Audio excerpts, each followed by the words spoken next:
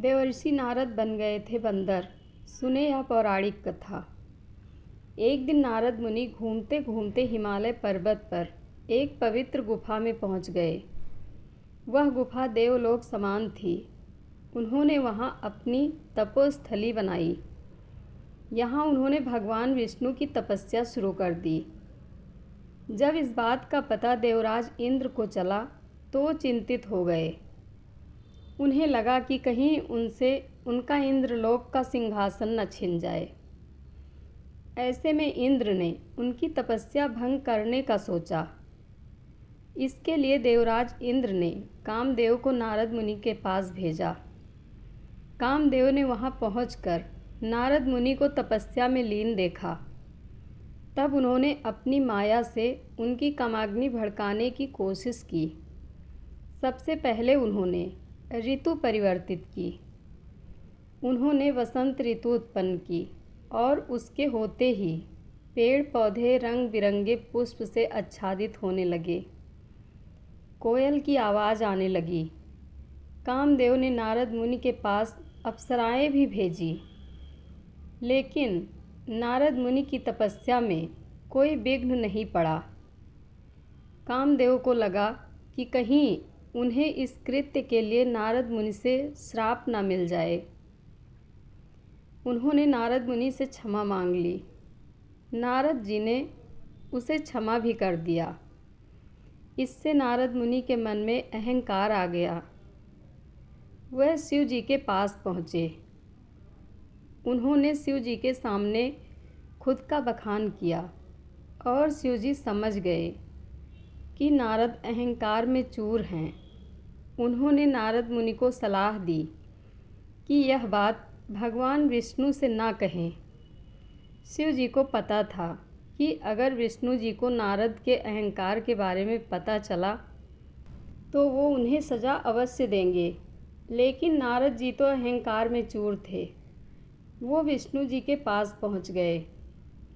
उन्हें कामदेव की माया विफल करने का वृतांत विष्णु जी को सुना दिया। नारद मुनि का अहंकार विष्णु जी कुछ देर में समझ पाए। उन्होंने नारद से कुछ कहा नहीं, लेकिन उनका अहंकार तोड़ने की लीला रच डाली। विष्णु जी से आज्ञा लेकर वे चल दिए। रास्ते में उन्हें एक नगर दिखाई दिया जो विष्णु जी की माया से बना था। यहाँ का राजा शीलनिधि था। उसकी पुत्री विश्वमोहिनी थी। वे इतनी सुंदर थी कि कई राजाओं ने उनसे विवाह करने का प्रस्ताव भिजवाया था, लेकिन राजा ने उनका स्वयंवर आयोजित कर दिया, जिसमें कई राजकुमार पहुँचे। नारद मुनि नगर में पहुंचकर राजा शीलनिधि से मिलने गए। वहां राजा शीलनिधि ने उन्हें राजकुमारी विश्वमोहिनी के स्वयंवर के बारे में बताया। साथ ही उन्होंने निवेदन किया कि वो राजकुमारी की हस्तरेखा देख उनके भविष्य की जानकारी दें। जब नारद के सामने विश्वमोहिनी आई तो वह उनका रूप देख मोहित हो गए। विश्वमोहिनी की हस्तरेखा में लिखा था कि जो भी उनसे विवाह करेगा वह अमर हो जाएगा। लेकिन यह बात उन्होंने राजा और राजकुमारी को नहीं बताई। उन्होंने कुछ और बताया और वहाँ से चले गए। नारद मुनि अपना वैराग्य भूल चुके थे। वे विश्वमोहिनी से विवाह करना चाहते थे। फिर उन्होंने भगवान विष्णु का ध्यान किया। उन्होंने विष्णु जी से सुंदर रूप की मांग की। वो विश्वमोहिनी से विवाह करने के लिए ऐसा कर रहे थे। भगवान विष्णु ने कहा, नारद तुम्हारा कल्याण हो, और अंतर्ध्यान हो गए। उन्होंने अपनी माया से नारद मुनि को बंदर का रूप दे दिया। वे स्वयंवर के लिए निकल गए। उनका मुंह बंदर जैसा हो गया था। एक पेड़ के पीछे छिपे दो स्युगड़ यह सारी माया देख रहे थे।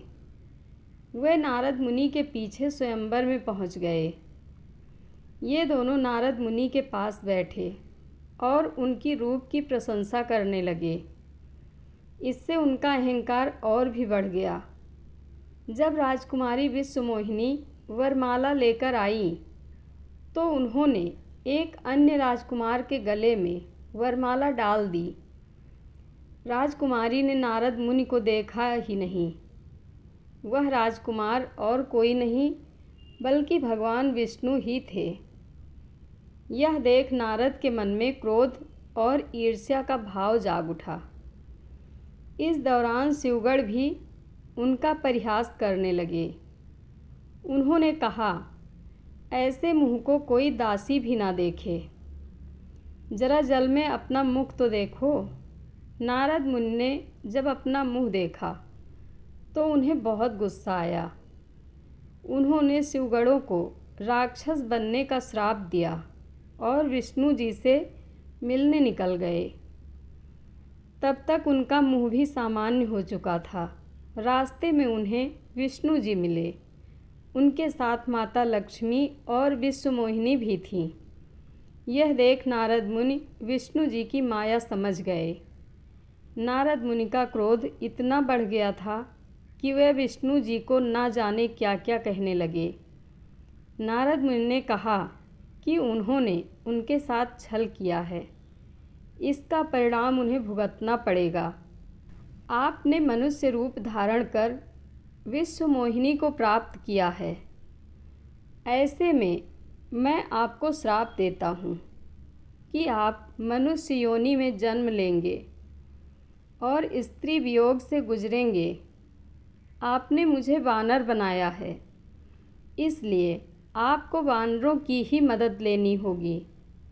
विष्णु जी ने नारद मुनि के श्राप को स्वीकार किया और अपनी माया के प्रभाव से नारद मुनि को मुक्त किया। मुक्त होने के बाद नारद मुनि को पछतावा हुआ, लेकिन वो श्राप वापस नहीं ले सकते थे। इसके बाद वो शिवगढ़ के पास पहुँचे और उनसे क्षमा मांगी। तब नारद मुनि ने कहा, मेरा श्राप वापस तो नहीं हो सकता। तुम रावण और कुंभकर्ण के रूप में जन्म लोगे और पूरे विश्व पर अपने बल से विजय प्राप्त करोगे। तुम दोनों को मोक्ष की प्राप्ति भगवान श्री राम के हाथों मृत्यु प्राप्त कर होगी। इनके श्राप के कारण ही विष्णु जी को श्री राम के रूप में जन्म लेकर सीता वियोग सहना पड़ा। जय श्री हरि। कथा अच्छी लगे तो कमेंट बॉक्स में अपनी राय ज़रूर दें। धन्यवाद।